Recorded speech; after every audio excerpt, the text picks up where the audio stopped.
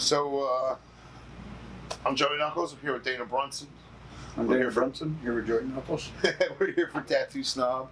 We're going to talk to Dana a little bit today about his life and his career, and we got a few questions for him for Tattoo Snob and see what he's got to say. Dana, you want to start off with a little timeline of your career and how you got into tattooing? Okay, where am I supposed to look? Here, doesn't matter? Right here, son. Okay, well, I wasn't really into tattooing. I was raised in Indianapolis, and tattooing was banned in the 60s. So I had only seen one or two little tattoos on some of the older kind of slicks growing up. But I was always into unusual, like my neighborhood was kind of like a who's who of a freak show. In retrospect, it certainly was, you know. So I always thought, well, I'll grow up and be a midget or a giant, I used to tell my mom, and I said, well, I grew up and become the tattooed man. But I had come back from Vietnam in 1970, and I had a year and a half to do at Fort Bragg, North Carolina. So a buddy of mine wanted to go get a tattoo. I didn't know shit about a tattoo. I saw a guy in Vietnam with all this 50s looking shit, and I thought, why would anybody get that? You know, he was a young looking guy, and he had all this New York shit. He was from New York. So my buddy went to this guy named Steamboat John, or they used to call him Poison John. It was an old yellow trailer, a motorhome that had died beside the road in Fayetteville, and the windows were all painted out, and John was a handyman by day, and then at night he tattooed. It was a bucket and sponge shop. So I went, and my buddy got a zigzag man, and it was pretty fucked up. But I remember looking in John. I mean, you could only get in there if you were getting tattooed. It was bucket and sponge. John always wore coveralls, and he'd write Airborne, and he'd run out of rooms, so he'd put the E outside the banner and shit. and he'd steal napkins from the Mexican restaurant in front of Dave Paul's shop, and he'd put a napkin and 2 rubber bands on you for your bandage, so it was like 2 tourniquets. So he just bled to death. And I thought, well, fuck, I don't know about these tattoos, you know, but maybe a little hippie star on my finger or something, which I still don't have. And so I started saying, well, how do you learn to do this? Because I'd always been into art, you know, but I didn't give a shit about tattooing. I mean, it hadn't even crossed my mind. And he said, well, you have to apprentice. You can call Milton Zeiss, or you can get an apprenticeship. And I thought, okay. The only other shop was up the street, and that was D.C. Paul's shop, which was Spalding and Rogers' old shop. And Dave had been their apprentice, and he had bought it from them. He had apprenticed in the 50s. He'd been in the Korean War, and a lot of their photos are his back pieces and stuff. So I walked in there, and I said, well, how do you learn to apprentice to tattoo? And he said, well, I don't really teach anybody. I haven't in a long time. He said, but for enough money, I will. And I said, well, how much? He goes, well, just bring me money. So I said, okay.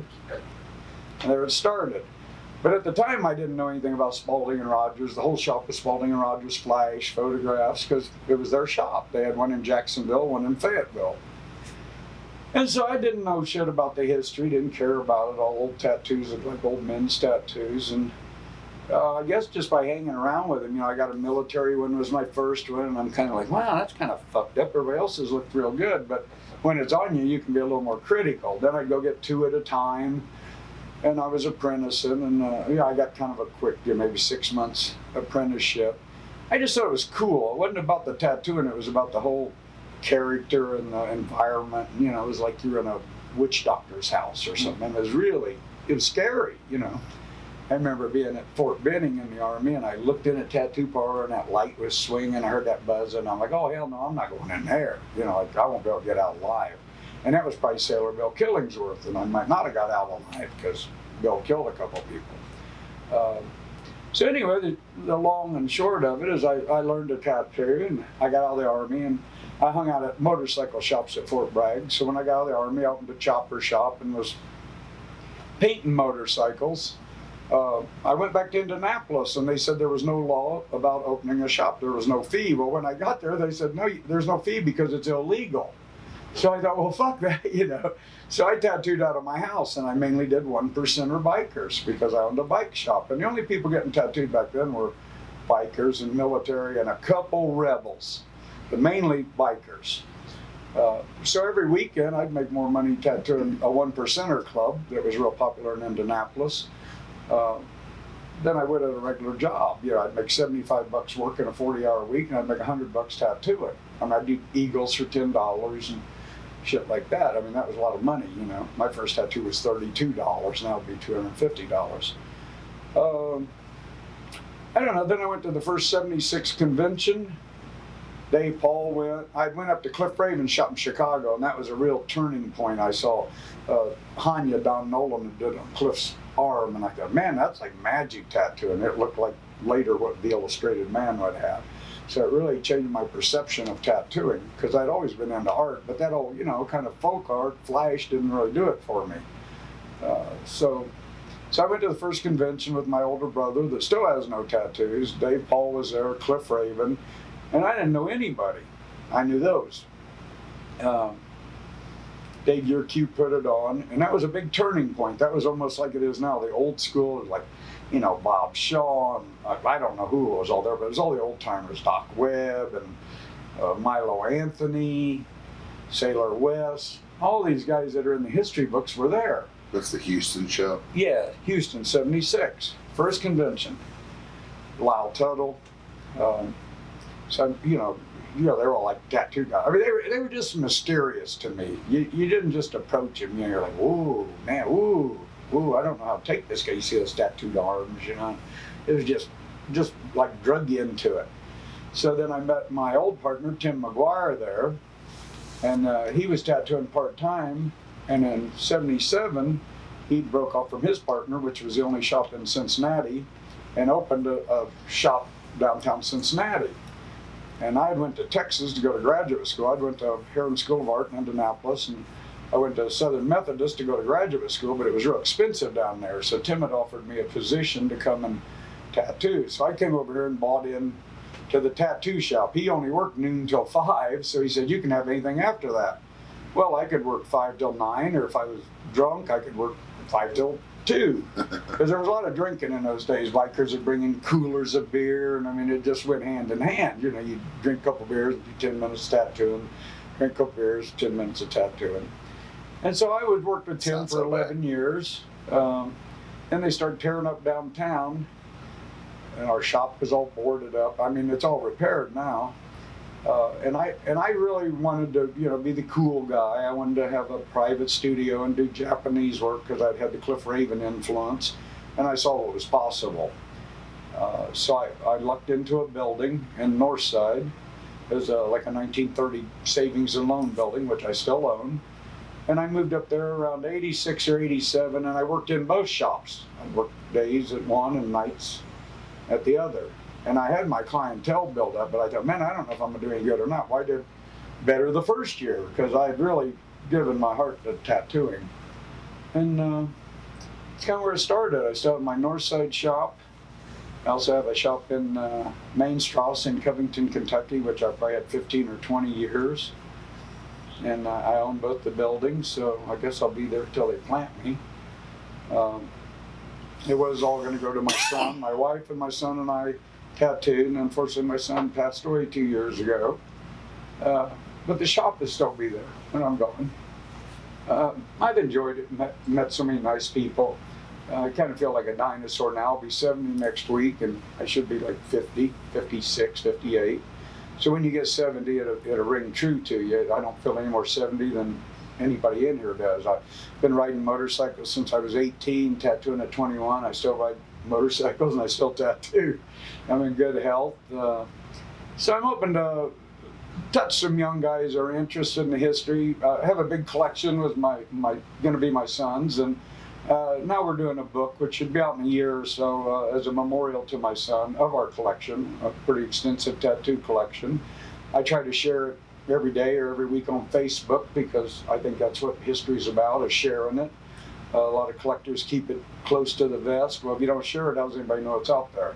So I'm happy for anybody to use any designs I post, a tattoo or paint. Just don't copy the whole sheet and sell it, They're always welcome at our shop. I still love tattooing. I love kids that are interested in tattooing. I don't relate much with the modern stuff. I can appreciate the art, but I always said there's more to tattooing than a pretty picture. It's a real character, person-on-client relationship. I'd rather be tattooed by somebody crummy that was a wonderful person than somebody that was wonderful that was a crummy person. It's not about the best tattoo to me, but that evolves. I hated early tattooing. Now all I'm doing is 19, 20, and 30 flash because I've evolved as an artist, so you go back to the roots. And all these guys, you know, that's bullshit and all. But there's all kind of art books in the library, as I always say. You know, don't just get focused on one thing. You know, we had tribal come along, and Celtic come along, and I've seen that come along. You know, I've done all the wizards, I've done single needle, I've done tribal. You know, did single needle for years. You know, it all turned to shit. And, now it's traditional that looks like it's 30 years old when it's done, so it'll look like 100 years old in 30 years. But the imagery of early tattooing, well, the imagery looks like a tattoo. If you take a portrait of somebody out of context, it could be a record album. If you have a panther with a knife to its head, that's fucking tattoo. It don't matter where you see it. So I'm back to the iconography of tattooing. It should look like a tattoo to me. I marveled at these guys' ability and all, but it's just not my thing. I can't do it, for one thing. And I'm going back to the roots, and I like folk art just as much as I like fine art, because I've collected art my whole life. So it's just learning as you go and opening your brain a little bit and figure out that somebody's always better and somebody's worse, but you just enjoy what's around you. And it's the path, it's not the, you know, end results of where you end up. I always said it's the process, not the product. So I've met wonderful people. You know, it keeps you good as a human. I think you meet these people that you think is going to be a goober, and it turns out to be the nicest, kindest person you've met in a year. So I think tattooing keeps you on your toes as far as being open-minded and all, if you want to be. If you want to be an asshole, go be one. Just don't be it around me, because I personally don't care. I've seen good art. I've been all around the world to every art museum. I know good art. I'm not fucking impressed by any tattooing. You're a good illustrator. You aren't Michelangelo. If you aren't Michelangelo, I'm not fucking impressed. So get over your fucking ego. Thank God that you found a job that's a good scam. And, you know, hopefully it doesn't get more artists around here, you know. I thank God every day I didn't have to work, you know, so. What are we doing with this thing? I mean, Yeah. you can just answer to everything. Well. So that's great, man. Yeah. You fucking nailed that. Like, I'm like, It's just what I think, you know. I mean, I've been real fortunate. I got to go down and, you know, watch Paul Rogers build machines and videotape Paul. Cliff Raven tattooed me. Don Nolan was a really good friend of mine, so I hung out with Nolan. He did my back and my ribs. I've been to Lyle Tuttle's house. I've been tattooed by Stanley Moskowitz. I wish I'd had Paul, you know, tattoo me. I wish I'd had some of those old guys. I was just stupid, you know. I wanted cool Japanese work. Now I get all cool American work, you know. Each to their own. You know, I don't use rotaries. A lot of my artists use rotaries to color. Fine, it's another tool. You know, I can't figure out a coil machine, and I've probably got 300 of them. Some days they go on good, some days they don't go on good. Anybody that never has trouble tattooing's lying, you know, or they only take pictures of the good ones. Everybody's going to have a problem because the skin is the one variable that changes all the time. Doesn't matter how good you tattoo, if a guy's got shit skin, it's shit, you know. So all these guys that are cool, that's just whistling while you're scared. I know the truth, you know, or you're either luckier than I've been. I do good tattoos and I do okay tattoos, but I try hard, and all you can try is 100%, and that's what I do, you know. I'm not the world's best, and I'm not the world's worst. You know, what are you gonna do? Yeah, for sure. So, you know, you touched on a little bit about how you got to be around some great older tattooers, Yeah. and that's something that I've always really treasured, you know, to try to find and get tattooed by guys. You know, who are some of the guys you've been tattooed by? You start getting into a short list there, but Yeah, I didn't get by many. Like I said, Cliff was kind of my hero. Once I saw Raven work, I went up to Chicago and got tattooed, and then he moved to LA, so I went to LA. Then I met Don Nolan, which had tattooed Cliff Raven and Ed Hardy. And Nolan and I just hit it off like two peas in a pod. So Nolan was traveling at the time. He lived on a sailboat, and he did my back and my ribs. He started my ribs, and I had to go out to, he moved to Santa Fe, and I drove to Santa Fe, and he moved to St. Paul, and I drove to St. Paul. So when people tell me they got to drive across town and it's an hour, I don't give a shit, you know. There used not to be a good tattooer on every corner. I used to drive from Indianapolis to Chicago, Indianapolis to LA. I wish I'd have got Paul Rogers to tattoo me. He was one of the kindest men in tattooing. you got a bunch from Robert. Oh yeah, Robert Benedetti, big influence on my business. Good tattoo artist, learned from Cliff. Greg James, one of my favorite tattoo artists in the world. You know, he's like the epitome of no ego, humility, and one of the best Japanese artists I know. Saturation of color. I used to do everything with one machine and 4 spreads for tattoo artists to know, 4 flats and 1 machine to line and shade. So don't give me the shit that you need 12 machines, because Greg James certainly did bodysuits with 1 machine and 4 flats. And if you color better than him, then I'll give up. They're just so many nice guys. I regret not going up to Columbus and meeting Stoney, but I was too cool at the time, and I heard he was mean to hippies. But yet he taught Marty Holcomb. And then when Ed Hardy went up there to do his documentary, a light kind of come on, like, wow, he's documenting history.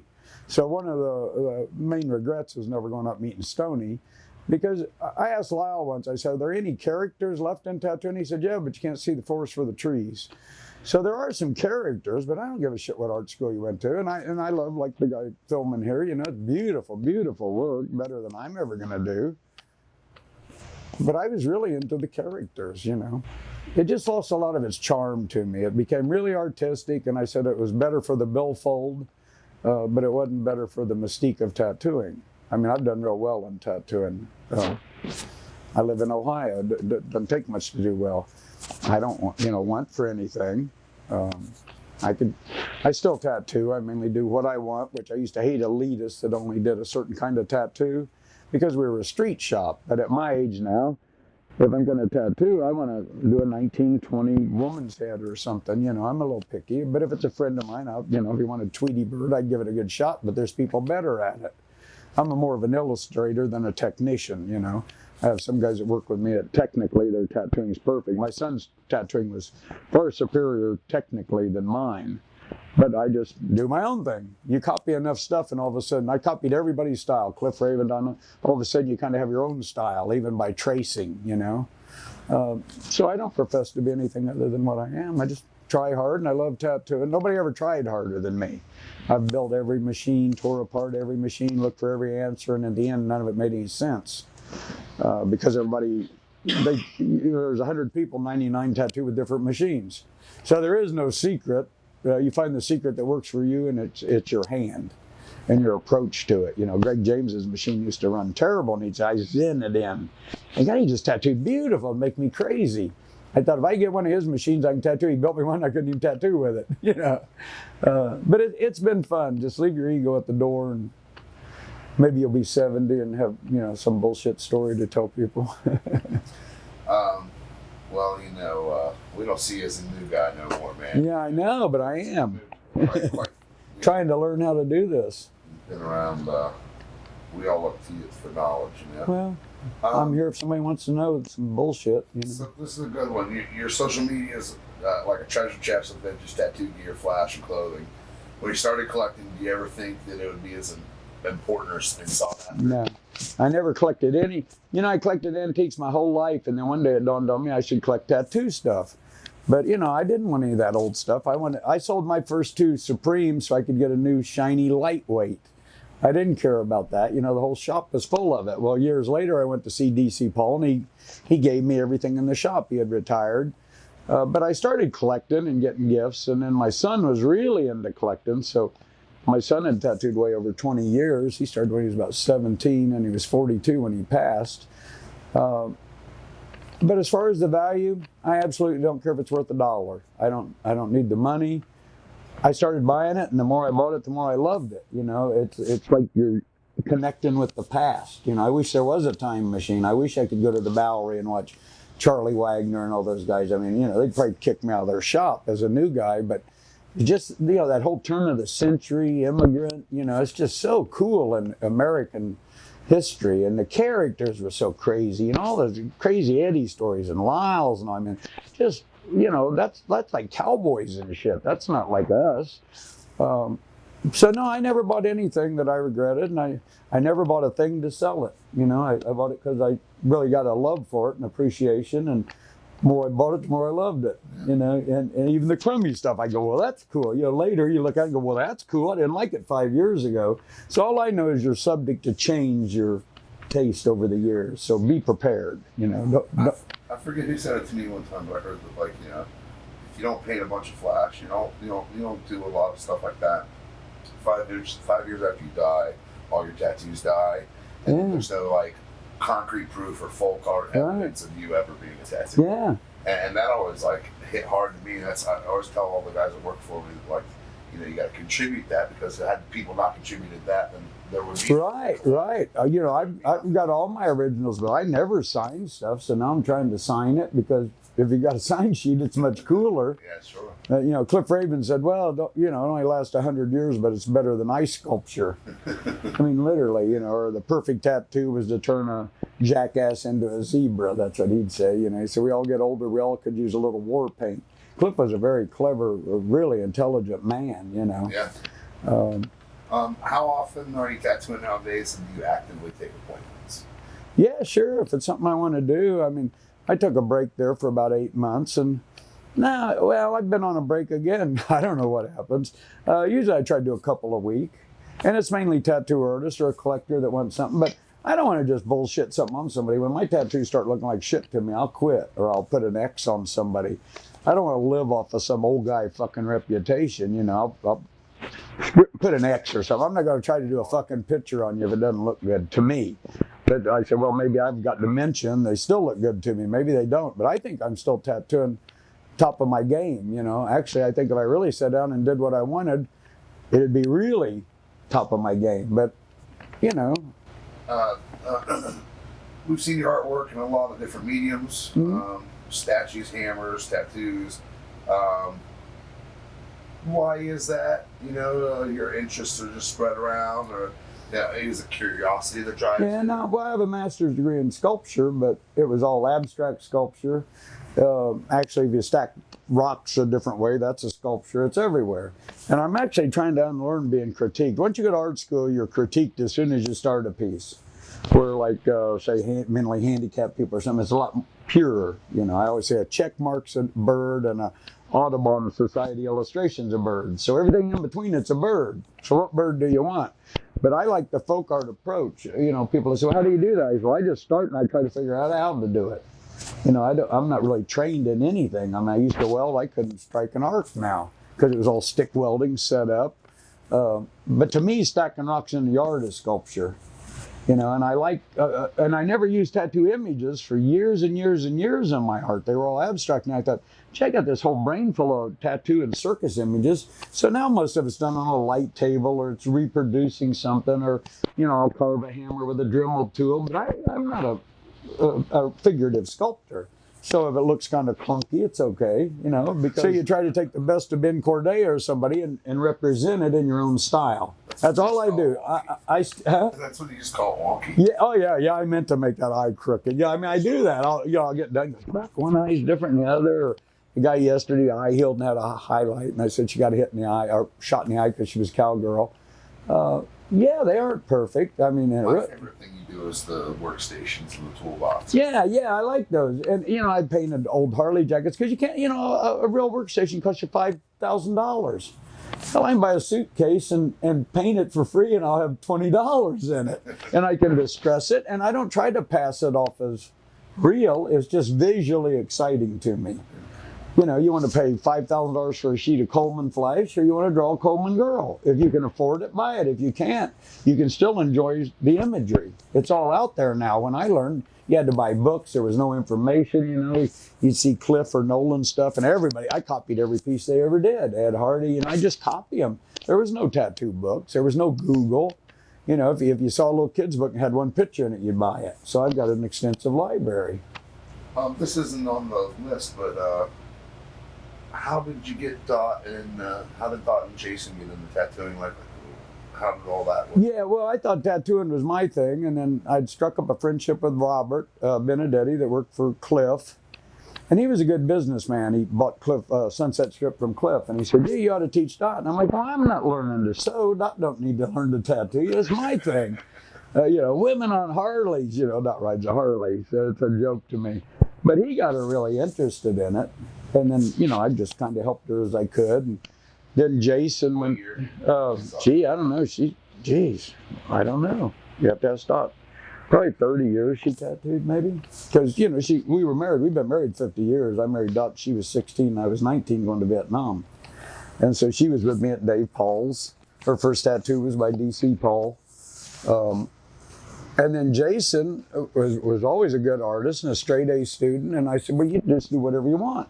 So he went to art college for 3 days and said, yeah, I don't like this. And I said, well, you can tattoo, but that's up to you. And man, he's a killer tattoo artist and graffiti artist. His passion was graffiti. But I never forced anybody into that. But yeah, we were one of the only families that worked together our whole life. I mean, I'm with Doc 24 hours a day. She's my best friend, my wife. I was with my son all day. He'd go home, I'd call him and say, what are you doing? I mean, we were the blessed family. That's what came as a big shock to the tattoo community when my son passed, because he ended his life over a divorce. He was a perfect son, and that shows you what depression can do.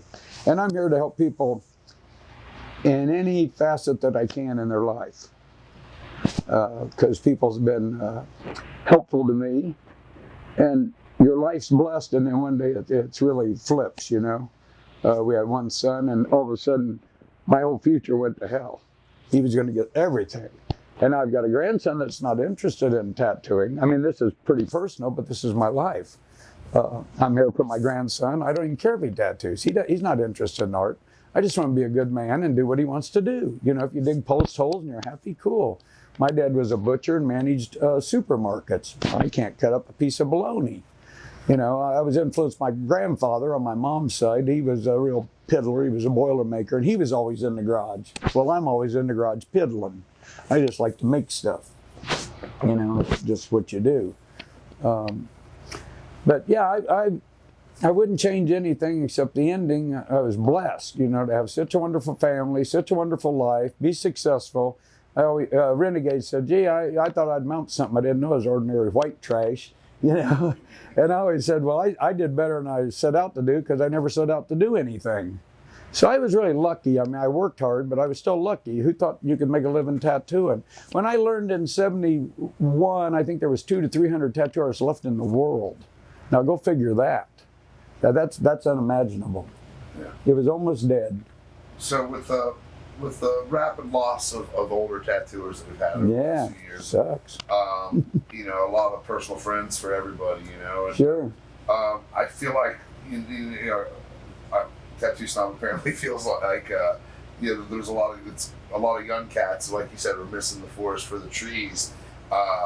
What would be some advice to some younger tattooers that you'd have? Because this is a wide reach. Yeah, get old. I don't know. What's the advice you give them to kind of further embrace tattoo culture outside of drawing a nice picture? Well, I was the same way. I thought, shit, I'm gonna light it on fire, dude. I can draw, compared to those standards, I can draw, or sure in hell I could trace better. Yeah, and I missed a lot of it. I think of all the opportunities not talking to Stoney. So if you're blessed like me, and you have a wonderful life, hopefully you don't reflect and realize all the opportunities you missed. You don't have to be all special. If you're making a living, enjoy it. Slow down, enjoy your life. You're never going to be number one. If you are next week, some farm kid's number one. Really, it's slowing down and looking around and enjoying your life, because, I'd get everything I own to have my family back. So it's really not possessions. I mean, I've got a lot of possessions. I've collected everything. That's the icing on the cake. Friends and family are what it's about, and enjoying your life, Hell with a pretty picture, I could buy the best tattoo there is. I agree. So they should soak it up with a biscuit, is what you're saying. Well, I think they should, because I'll tell you what, I'm not old, and there's only a couple older than me. I'm going to England to the old timers meeting. There's a few guys over there in their 80s that are still tattooing. Stanley's still tattooing, but this year we lost Don Nolan and Lyle Tuttle, my heroes. Ed's not tattooing. Oh man, 9 people I know this year. Where do you see tattooing 20 years from now? From a wheelchair. I don't know. Fuck, I don't know. Through thicker glasses. Actually, what I think is there'll be another decline, because nobody wants to do what their mom and dad did, and all their mom and dads are tattooed. So I'll see a lot of kids with, in the crazy house because they got all tattooed and they can't get a job. But they were cool for, 2 or 3 weeks. It's hard enough to be crazy looking and be a tattoo artist, But, it is almost like a uniform now. It's the hipster uniform. When I got into tattooing, man, you were either some punk or a biker or a rebel or a military guy, or a wild woman. you know. I mean, there were a few women tattooing. There weren't many black people getting tattooed. The sports guys, you know, jazz that up. Rock and roll started the big trend. And thank God, you know, it made me a great living. But it lost the magic, you know, to me. And it's fun because I can just live in my own little magic world now. You know, I've got a big collection, and I can go sit in my bedroom and look at old tattoo stuff. And if I could go visit it, it'd be great. But I try to research history a little more. Every once in a while something appears, you know, on eBay from the early 1900s, and you're like, that's cool, it's still out there. And all I know is you'll regret, if you really love tattooing, there'll be a day you regret not talking to old guys, and there'll be a day you regret not knowing about it and not collecting it, because it'll be fucking gone and you won't know shit about making needles or building a machine or mixing ink, and your rotary will blow up and your cartridge will explode and your ink will spill over and you won't know your ass from a hole in the ground, and I'll just be smiling there. Somebody picks a fucking panther and he spends 10 hours trying to draw a panther when it's a perfect little thing on the wall. Yeah, I mean, I wanted to reinvent it. I wanted to be the cool guy, and I was getting a pretty good reputation, and then, you know, they shoot by you like a rocket ship. And then you realize, well, I don't have to be cool, I just have to know the cool guys, you know. It's like I don't have to be tough, I just have to know a tough guy, you know. Yeah, I'll just send them to Joey, you know. Yeah, I mean, you can't be everything. You can just be yourself. And unfortunately, you know, back on the thing of depression and OCD, a lot of tattoo artists have that.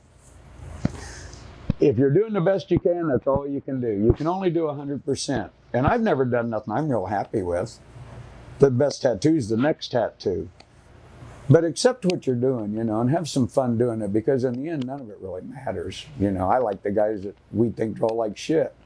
But man, they're characters, you know, and they survived during that. And they kept tattooing alive. And it wasn't for all those old bastards that you don't want to know, you wouldn't be doing $200-300 an hour shit, you know. They'd be making that in a year. Yeah. So, I mean, like, so when I started, tattoos were $5 for a name. You know, eagle would be $10.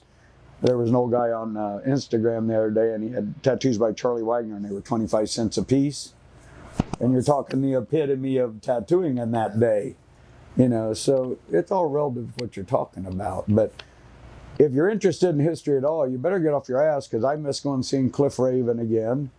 I hadn't seen Nolan in a while, but I was talking to him. And not that it matters, but if you've never met a man, take a minute and try to go introduce yourself, because most guys that have tattooed a long time, they're either real hateful or they're real receptive. And I like to be real receptive to people.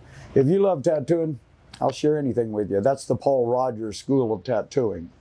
Huck went on to become a millionaire. Paul went on to touch thousands of people throughout the industry. You know, they both are fine examples. I think without Huck, there wouldn't be tattooing. So all these people, it's bad-mouthing people. Look at the suppliers now. Now it's the new cream that makes your tattoos bright. Come on. I said, I'm going to get shit that makes your tattoos old. I posted that the other day. So you look like you were cool before the fad, you know. But it's always somebody jumping on the bandwagon. Had I seen it coming, I'd been a supplier and invented a rotary machine. I don't know. But how much money do you need? You only need enough, you know. And I got enough. Well, if you've got any extra, I know a guy. Yeah. Or if you find stuff and you don't have any, I know a guy that buys old stuff. This is a good one. I think maybe you should talk about your book a little bit more and let people know. Okay. Well, maybe when it's coming out. Yeah. Clint and Jeremy Clip. You say Vaught or Vaughn? Vaught. Yeah, I said it right. Clip Vaught and Jeremy McCullough have both done books, and Heather. And I was leaving my collection to our son. Well, our son's not here, and eventually I won't be here, and our collection will be broke up. And I think history should be shared. There's guys that just hoard their collections, you know, it's like they're psycho or something. So anyway, I'm just doing a book, a big hardbound book of the best images I've got. Sideshow banners, machines, business cards, photographs, rare, you know, one-of-a-kind pieces. And it's basically going to be a coffee table book for information. You know, if you want to copy a sheet of Flash or something, I'm going to try to make it real affordable and real nice, because I'm not doing it to make money. I'm doing it as a memory to my son. Proceeds will go to my grandson. And it will be, you know, documented before it's broke up. And you know, I'm going to try to do that, and then I'm going to try to do a graffiti book for my son because he was really into the history of graffiti. He was an authority on tattooing and graffiti. He had a really high IQ, really sharp guy. Really well known in that world. Oh, and graffiti, man, he's really known. They're still doing tributes to him, and he was kind and he shared his information. And you know what? Paul Rogers lived in a little old trailer and didn't have much money, and Huck was a millionaire. And I'd just be Paul Rogers. People just love Paul Rogers. You go down there and he just shared everything with you. You know, nobody's ever said one bad word about Paul Rogers. If they do, they'll probably burst into flames. He was just a kind guy. He wouldn't talk bad about people, but he loved what he did up until the end. And if you're that lucky that you really love what you're doing, you are blessed, you know. I mean, you'll get an old worrying. I mean, every tattoo for me is hard, man. I've never had an easy tattoo. I'm just praying every time, going to the bathroom, like, God, let this go on. But you want your bad ones to look better than the other guy's good ones. That's the trick. There are no perfect tattoos, and if they are, they won't be perfect in 10 years. So, yeah, I don't know. Just don't take it so fucking serious, you know. Maybe I'd like to have another life where I could just go around and help people or something, you know. I mean, I met a guy in India once, and he said, well, I made my fortune in the first half of my life, so the second half I'm just helping people. And I thought, man, what a great philosophy, you know, to really give something back, you know. So it's a shame we don't have 2 or 3 lives to do that. But that's my philosophy. Other people never have enough. All you need is enough. I've got enough. That's all you need. Doesn't matter if you got $1 extra in the bank or $10 million. If you die, you got that. That's enough. You ain't got to take it with you. So I've been blessed, you know, really been blessed. And with people and friends in this room, I've been blessed. What else can you say, you know? Yeah, I think everybody, you know, that's made a good living and a good life out of tattooing. I used to say I could never have a better life. It could only be longer. But the end of my life here could have been better with our son. And like I said, I don't dwell on that, but I've dwelled on it for 2 years, and I'll dwell on it the rest of my life. Just appreciate the good times. You know, this art shit, it's just art shit, you know, it's all stuff. The more you get to talking on camera, and the more people get a chance to get to know you, the magic's going to seep through. Well, I hope. I mean, hard not to pick up on. I mean, I don't have any magic. Like I said, getting old is easy. I can't believe I'll be 70. And I'm glad people still, you know, want to interview me or talk to me. I'm not the cool guy. I'm the old guy, you know. But nobody's ever loved tattooing more than me. And nobody ever tried harder more than me. And I reap my rewards, you know. That's all you can do, you know. Do you want to tell them how to find you on Instagram, Facebook? Oh, yeah. Well, Designs by Dana's on Facebook. Dana Brunson is my name, but I've got almost 5,000 followers. But hey, get on there. I'll kick somebody off that's an idiot. Instagram's Dana Brunson. Dana Tattoos, my 10-year-old website, you know, that we kind of did historic. Or come visit me. I'm happy to give you a tour. Trying to get a lot of it in a book because it's very fragile. I own one piece. You have to come visit me. My son and my family, we own 2 Samuel Riley cards, the inventor of electric tattoo, and I think that's the rarest thing in my collection. And it's the only thing I don't take pictures of because at my son's request, he wanted people to come and enjoy the whole experience. Man, I love people. I run off the head. I'm OCD, obviously. You know, but it is what it is, and I'm happy to help anybody. Just don't come at me with some bullshit. You know, I know bullshit. That's